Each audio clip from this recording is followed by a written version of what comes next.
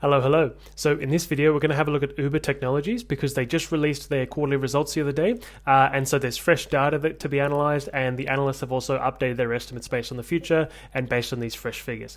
So I'm going to walk you through the whole company report on Simply Wall Street and just share with you the insights that I'm gaining as I read through it. But if you don't want to watch that full summary, full video, I'll give you a summary in just a second of the findings. But just to give you some context, the reason we're going to have a look at it is because obviously they've released those reports. And also there were some articles here that I was reading about the company, and one of them particularly went into the details of the latest results, and the other one was talking about like the ownership of the company and how like the general public has a pretty big stake of about just under 30%, and institutions also have like a pretty big stake. So I was reading through these articles and then had to read through the company report, and there's a few things that I found. So the first thing was that the company actually reported revenue slightly ahead of analyst estimates, and its statutory net loss per share was actually a bit better than analyst estimates as well. So all around did pretty well in those respects, but the guidance it gave for the future wasn't that good, right? So analysts actually expected, even though they expect revenue to grow and grow faster than the industry, they actually expected to post a loss much greater than it was right now. So I think they posted a loss of about 26 cents per share, and they expect that to blow out to like 76 cents per share for the coming year. So as a result, analysts have actually decreased their price targets a bit, and so that's obviously had a bit of an impact on the stock in general. But it's still trading below like the consensus price target of around 60 odd dollars, which you can see here in the article here. So there's a range of about $48 to $81, but the average is about $63. But because of the latest results and the lower guidance in terms of earnings, there's been a bit of a decrease of about 5% in the price target.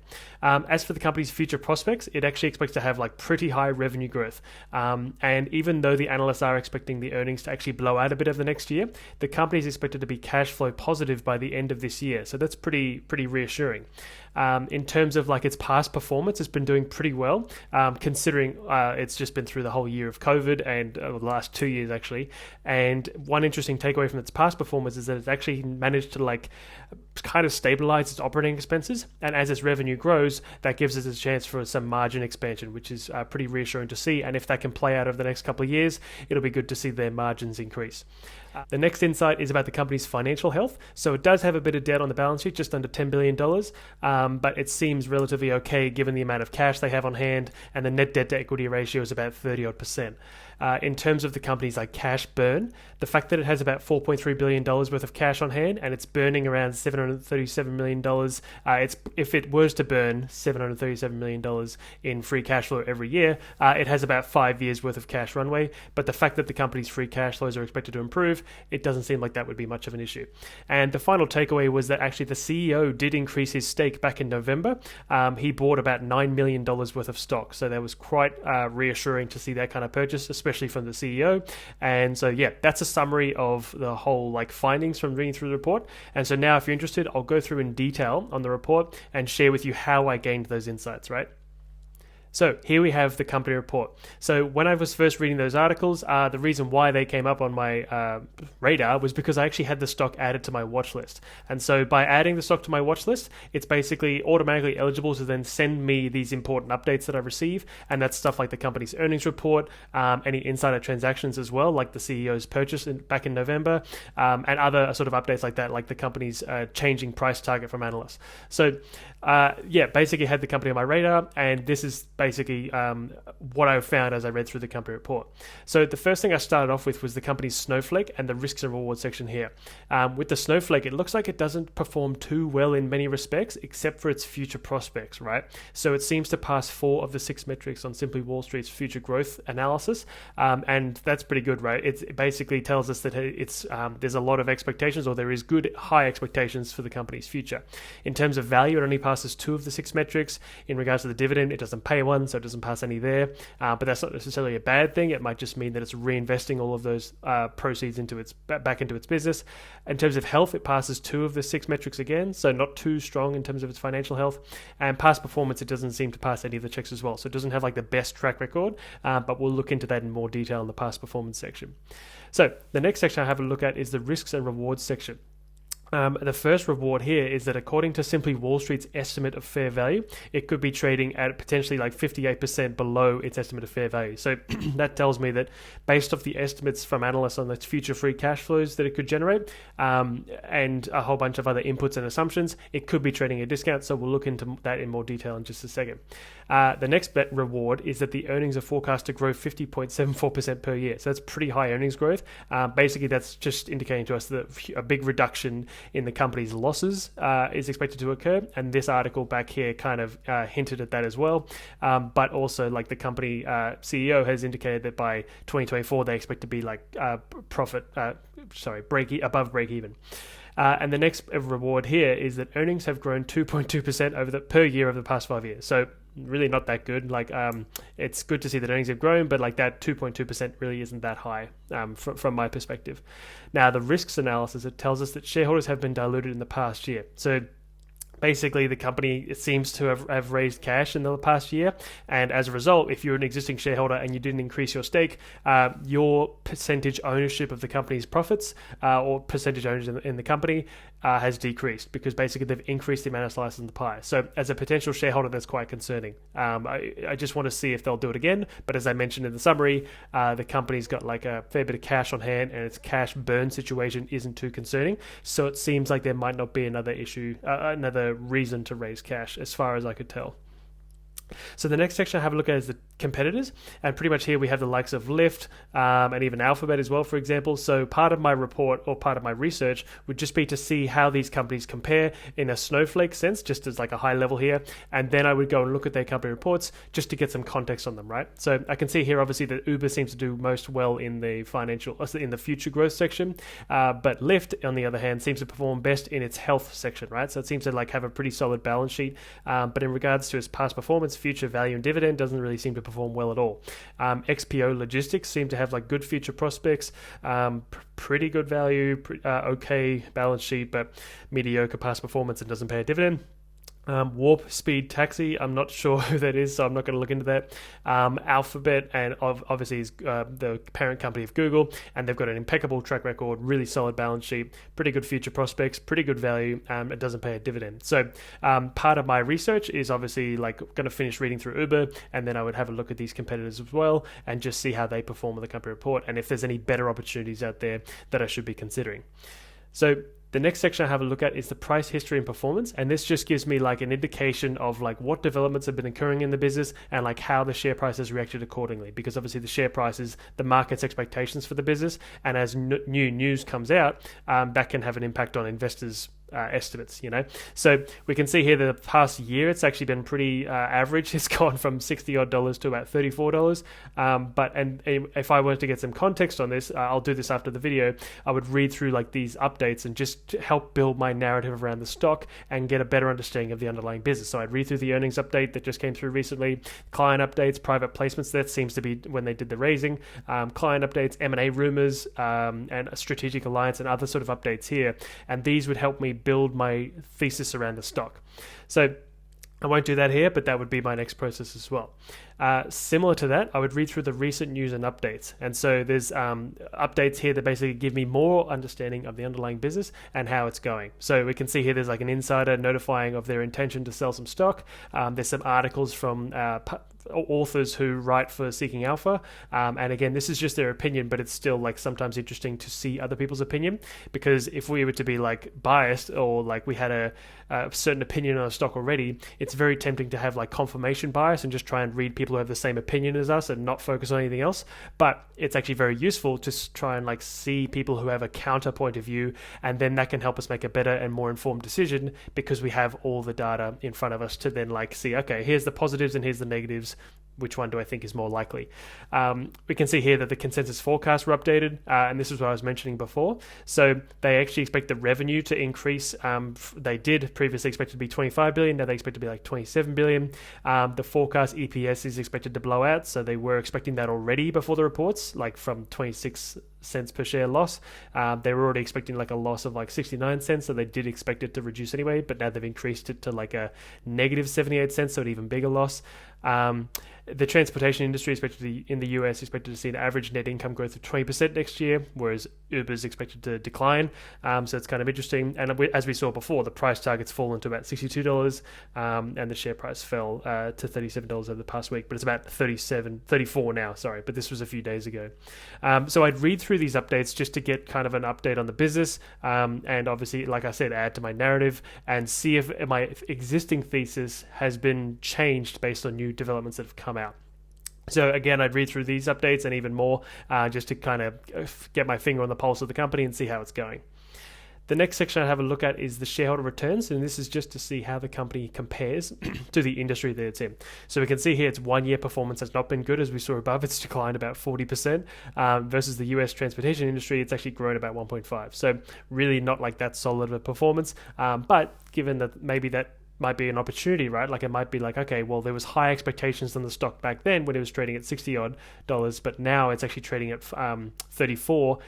Are the prospects the same, or were the expectations back then just so high? Like this is part of my research where I would go and like try and figure out if the share price decline is like unwarranted, and if the business's prospects are still good, like everyone expected back then when it was $60, and if the market's just like overreacting. So that's something I'll need to look into.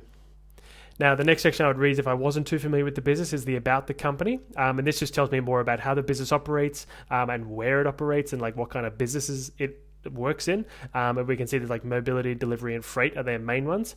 And this just tells me more about it. If I wasn't too familiar with the business, I would have a thorough read through that. Now, this next section here is the fundamental summary, and this just gives me a high-level overview of a few key metrics. So it tells me that the company is trading at a market cap of $67 billion. It generates revenue, or at least its latest figures were revenue for $17 billion over the past 12 months. And on the latest figures, it had earnings of $496 million, it was a loss of negative $496 million. So with these figures here, it gives it a price to sales ratio of about 4. Considering the company isn't profitable, the figure I would use with the price to sales ratio, and 4 honestly isn't that high. Like there's other companies out there that were trading at like 10, 15, 20 times sales, and that could be very, very expensive companies although if they have the growth to back it up, they could be a bit more reasonable. So considering the company's revenue is expected to grow quite high over the next couple of years, that actually seems like a relatively reasonable multiple. Now, I'm not going to use the price to earnings ratio because it's not too meaningful to me here because the company is loss making, right? So negative 135 doesn't mean too much to me here because the company doesn't generate a profit. So I'm going to ignore that. Now, the next section I'm going to have a look at is the earnings and revenue breakdown. So as we saw, the company generated revenue of about $17 billion over the past year. And then this kind of graph here shows us how it then spends the money that it has. And so its cost of revenue is $11.23 billion. Now, interestingly, we might think, okay, what's Uber's cost of revenue? Well, if we go to the company's annual report, it actually tells us, right? So it gives us a detailed breakdown of what is considered its cost of revenue. And so we can see here that the cost of revenue is exclusive of depreciation and amortization, so it doesn't include those expenses here. It primarily consists of certain insurance costs related to our mobility and delivery offerings, credit card processing fees, bank fees, data center and networking expenses, mobile device and service costs, costs incurred for certain delivery transactions where we are primarily responsible for delivery services, and pay delivery people for services provided. Costs incurred with carriers for Uber freight transportation services, amounts related to fare chargebacks and other credit card losses. So there's a lot to digest there, but that is basically a makeup of its cost of revenue. And then it tells us that we expect the cost of revenue, exclusive of depreciation and amortization, will fluctuate on an absolute dollar basis for the foreseeable future in line with trip volume changes on the platform. So basically it's telling us it's a variable cost, right? Its cost of revenue is not a fixed input, it's a variable cost. So as trips increase or decrease, we expect related charges to all those things I just mentioned above, to change accordingly, right? So as the company has like more gross bookings because more trips are generated, more food items are delivered, more freight is conducted, its cost of revenue will increase accordingly. So it's kind of like it's a variable cost, right? And so its operating expenses though, which is these costs below, are not variable, and so they are kind of fixed. And we'll get into the past performance section how they've been going because it's quite an interesting takeaway. But I just wanted to cover that here to show you what those kind of expenses are. And so if we go back to the report here, those expenses we just saw then is a total $11.2 billion. And so that, after it spends all its money on paying those particular expenses, it leaves with a gross profit of $6.2 billion, which is a gross margin of about 35%. Now that's okay. I believe it might have been higher previously in previous instances, but it seems like the increasing costs have basically impacted the company's gross margins. And it's recently the CEO actually talked about how like they have pricing power and could pass those costs on to consumers. And if that was the case, it actually could see its gross margins improve again, because it would be charging more for its services, right? Like its taxi delivery services, its meal delivery services. If it increases its cost to cover like the inflation that's occurring, it could potentially see its gross margins improve. And so once it's got this gross profit, it then has to spend, or it chooses to spend, $6.7 billion on its operating expenses or other expenses. And to go back to the report here, we can see that that is operations and support, sales and marketing, and research and development.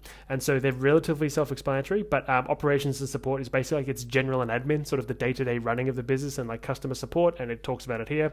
The sales and marketing is like promotion of the business, and the research and development is basically like, well, it says here, consists of stock-based compensation for employees in engineering, design, and product development. So anyone trying to like working in the business who's trying to improve the product and those kind of areas is considered in that cost. So these three areas here total for the business $6.7 billion worth of expenses. And so once it's spent all that money, that leaves it with a net loss of $496 million.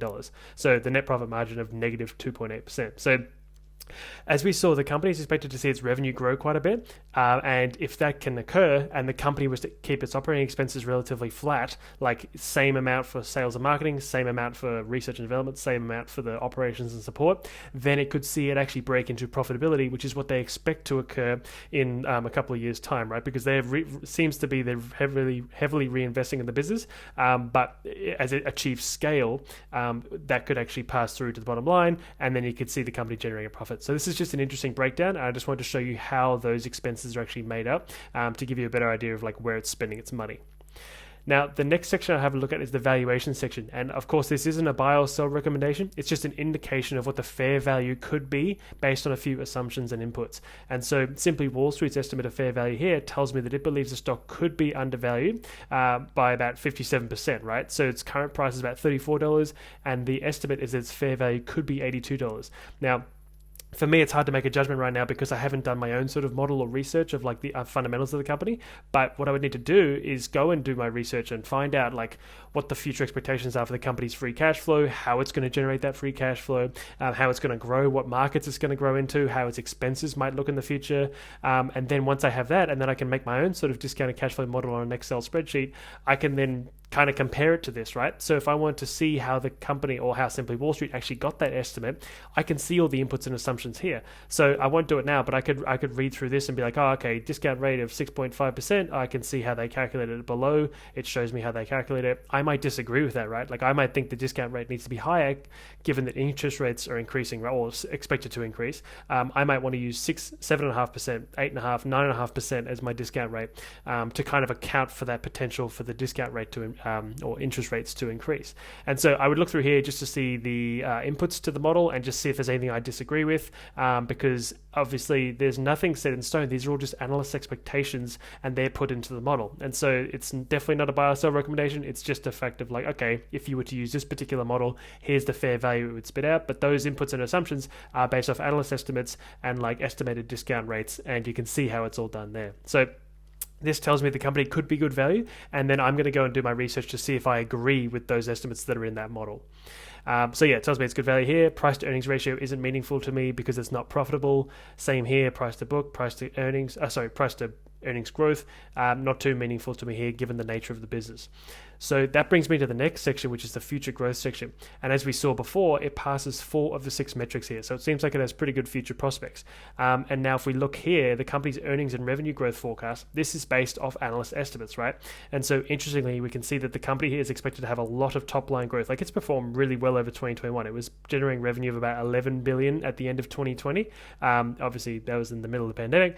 And for the year just gone, it was the 17 billion. So pretty impressive growth. But it seems like it's not expected to slow down. So by the end of 2024, it's expected to generate revenues of about $40 billion, which is like a big increase, more than double, right?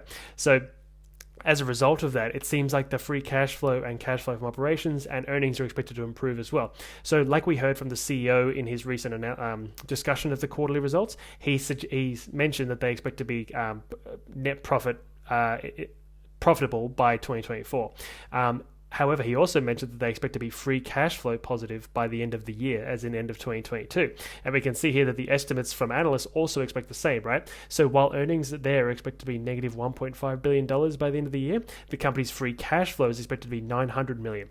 So one thing to clarify is that there's a difference between accounting profits and cash profits. Accounting profits is what you'll see on the income statement, and that can be impacted by like non-cash expenses, which is things like depreciation and amortization, which the company doesn't have to pay a cash amount for. It's just a way of recording certain non-cash expenses, whereas cash flow statements actually record like the cash profits that are flowing into the business, or the business is left over with at the very end of the period, so it's not impacted by those non-cash expenses. Now, interestingly, like we said, it expects to have $900 million of free cash flow by the end of the year. Now, that's pretty good, right? So it actually is interesting to see that, because free cash flow is obviously also the lifeblood of the business, and that impacts the company's like cash burn, because that's actually money that like it has to spend. If it's like negative free cash flow, that means it's burning through cash and it needs to raise cash to sustain itself if it's going to be negative for a few years. But it seems like the negative free cash flow is nearly over. So as a potential investor, that's really good to see. Now, the next section I have a look at is just to compare the company's growth expectations to the industry and the market that it's in. Now, I can see here that they expect to have like 51% earnings growth per year for the next couple of years versus the industry of about 19.5%. So it's a significant outperformance in that respect, and that's even better than the market's 12.6% earnings growth expectations.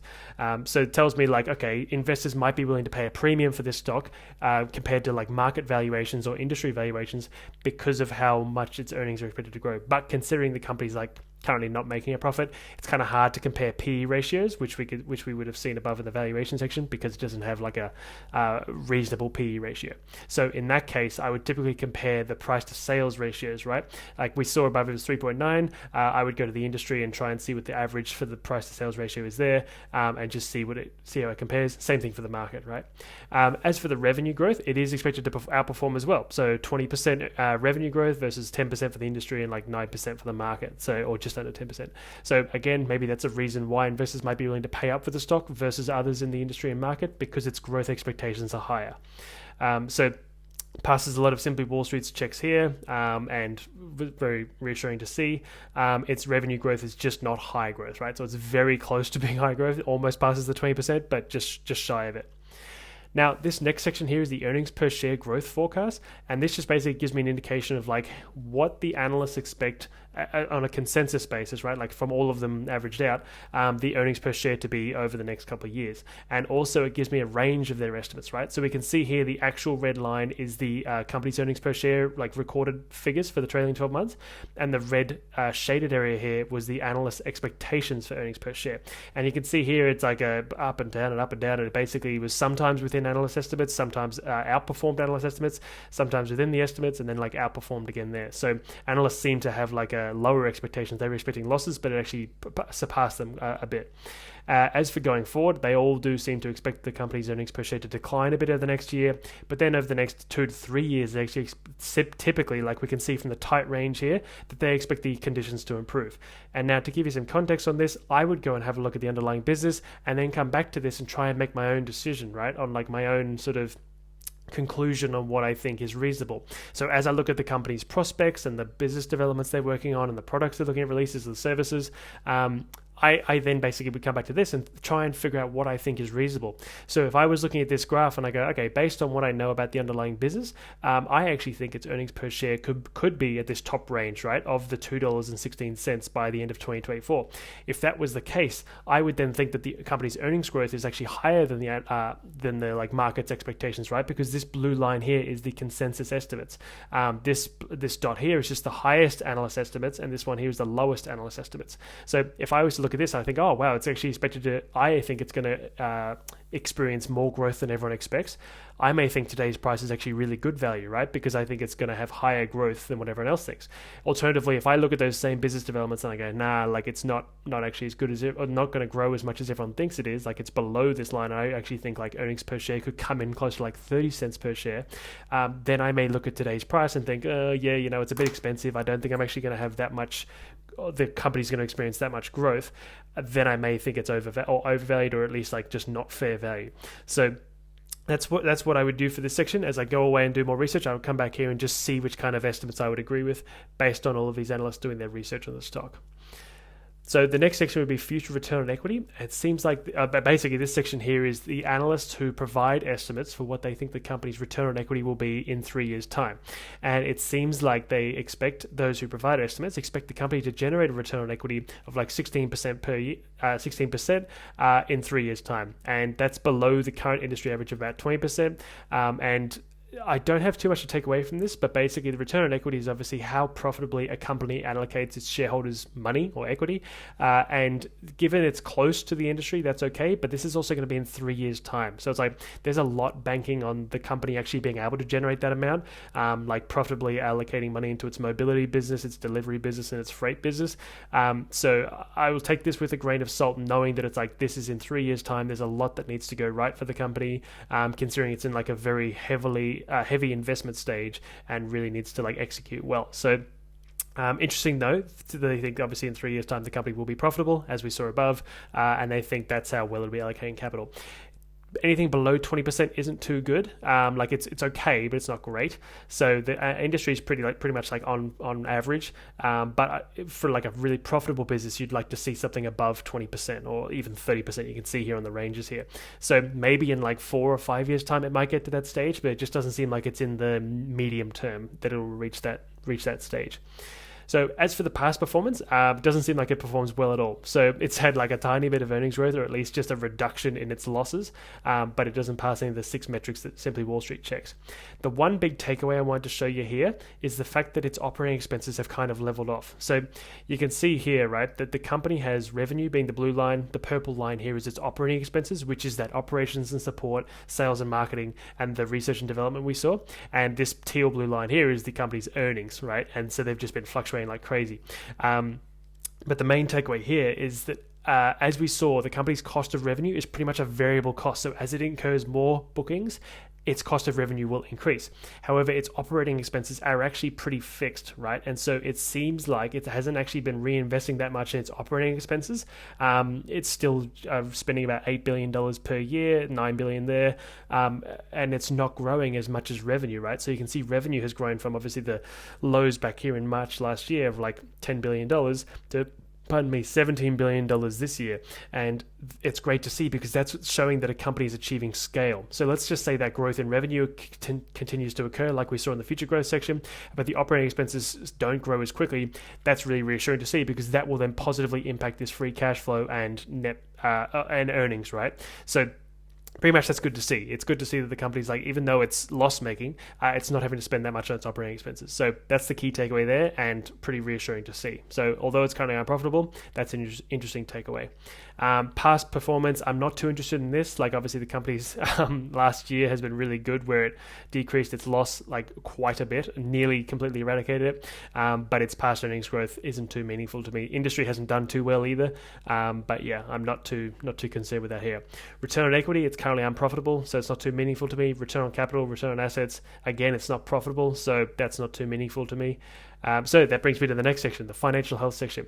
Now, first thing I want to look at here is obviously just the checks that Simply Wall Street does, and it just wants to see if the company's short-term assets, which is like its cash and cash equivalents, can cover both its short-term liabilities or its long-term liabilities. Now, the reason being is because obviously cash and cash equivalents is the kind of stuff that you would use to pay off any debts you have, right? So short-term liabilities is any liabilities due within 12 months, and long-term liabilities is any liabilities due greater than 12 months. So this can be like accounts payable and any sort of like lease obligations due within the next 12 months. But long-term liabilities can be like rental agreements longer than 12 months, long-term long-term loans and stuff like that. So it doesn't seem like the company actually passes either of those checks, right? So it does have $8.82 billion worth of cash and cash equivalents, like short-term assets, but that's actually not enough to cover these liabilities that are due within 12 months. So that's a bit concerning, right? Like when these liabilities are due, it actually will just come up just short of that.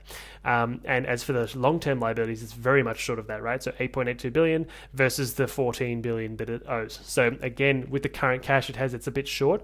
But what I need to consider is the company's like free cash flow situation, and if it could actually add to its cash balance, which it seems like it will be able to in the next year, with the free cash flow expected to turn positive, and that could really help bolster this sort of cash position, and then it wouldn't have as much of an issue paying off these long-term liabilities. Now, as for long-term assets, there's stuff that's like illiquid, right? Long-term assets is stuff that can't really be liquidated easily within 12 months. And so you wouldn't try and use these long-term assets to pay these liabilities because it's kind of silly, right? Like you would do it in a worst case situation if the company had financial trouble, where it's like we need to sell our assets to pay our debts. But in like a general operating of a business, you want to pay off debt with cash. You don't want to have to sell stuff that you own. So the next section that brings us to is the debt to equity history and analysis, and this just shows us how the company has been utilizing debt and equity in its capital structure. And we can see here it has leveraged up a bit in the last couple of years, right? So from $3 billion of debt into end of 2016 to about $9 billion now, it seems to have been utilizing a bit of leverage. However, the equity has also increased, and we can see here it seems like there may have been a capital injection here where the equity increased thanks to like shareholders contributing more cash, but it's basically been fluctuating as well thanks to like the company's lack of retained earnings, and also potentially like through equity raisings that may have occurred here. So interestingly though, we can see that the cash position kind of mirrored that equity change. So it seems like they diluted shareholders a bit there, but then also like the company has actually been spending cash because it's not generating any cash flows, positive cash flows, and so its cash balance has actually been going down as it's been reinvesting in itself. So its net debt to equity ratio is pretty good, considering the cash balance as well, but it's actually a shame to see that it's increased over the past 5 years, and so bit of a concerning sign in terms of like it's leveraging up in terms of its risk, but it doesn't seem to be like too much of an issue given how much equity it has right now, and its ability to raise capital probably isn't too hard if it has to. But again, that could be a risk if I'm a shareholder and I'm like, oh, I don't want to be diluted again. So having a look at the balance sheet here, it's just similar to what we saw above. Nothing too meaningful to me here. Like let's see, accounts payables 860 million versus receivables of 2.4. So it's due to be paid like by people in terms of $2.4 billion worth of receipts, but it's only due to pay $860 million. So that's a pretty good like balance there in terms of who owes it and who it owes. But then other assets here, not too concerned here. So that's pretty okay.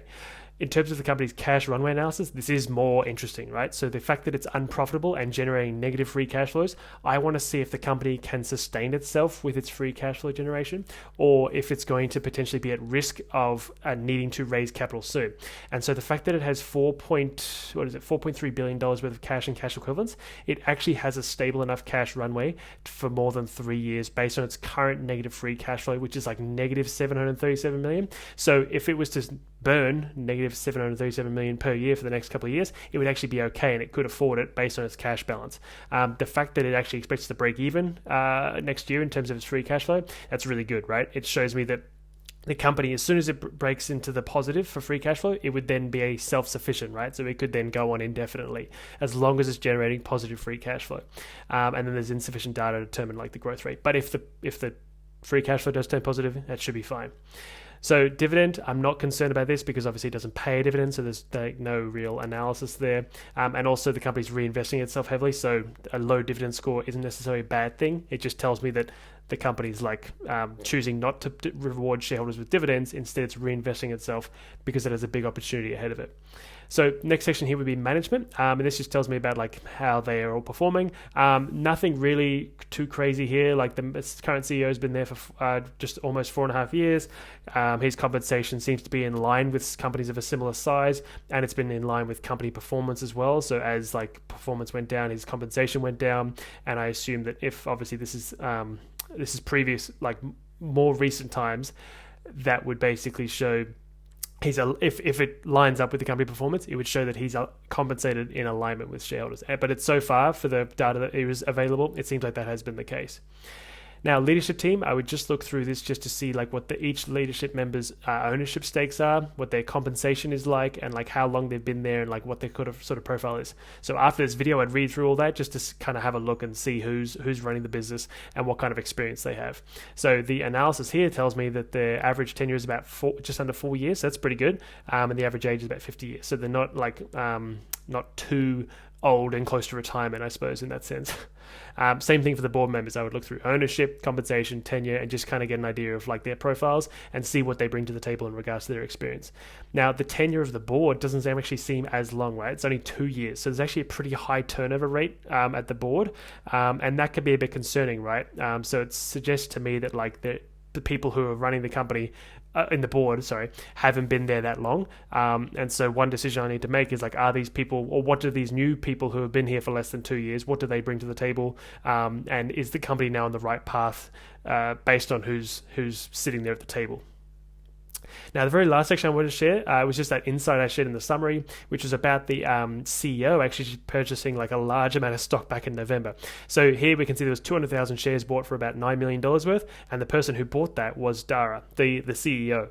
And so that's very reassuring to see. Like, it's the only transaction, but the fact that the CEO owns $40 million worth of stock now, and the purchase back then was for $9 million back in November, quite reassuring to see that they increased their stake, their personal stake in their own name, by about, like, on current valuations, about 25%. So in fact, they actually paid $44 for it. So back then it probably would have been even more than 25%, right? So interesting to see, and really reassuring that it's like, okay, you got the CEO who's putting more skin in the game, especially like such a large amount, like not just a couple $100,000, like a couple of $1 million.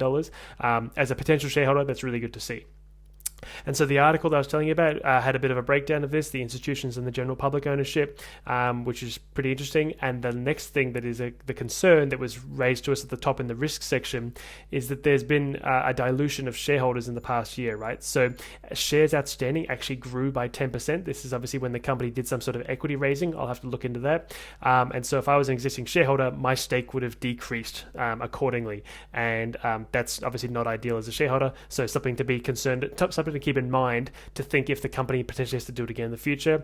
But that risk is only typically high if the company actually is burning heaps and heaps of cash. But it's expected to actually improve its situation in the next short while, so I'm not too concerned about that. And as for the top shareholders here, not too concerned.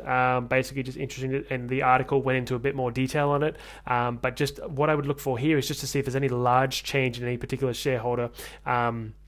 But if it's also like a big trend, right? So if there's been a big trend of people increasing their stakes, I would be concerned, or if I would be happy. But if there's a big trend of people decreasing their stakes, then I would be concerned. And so it seems like there's a mix, right? 128% increase, 23% increase, 16, 10, versus the likes of people decreasing their stakes by about 20%, 12%, 2%, 4%. So if these are like large funds that just manage people's money passively, again, that can just be due to shareholders like buying and selling units in the fund.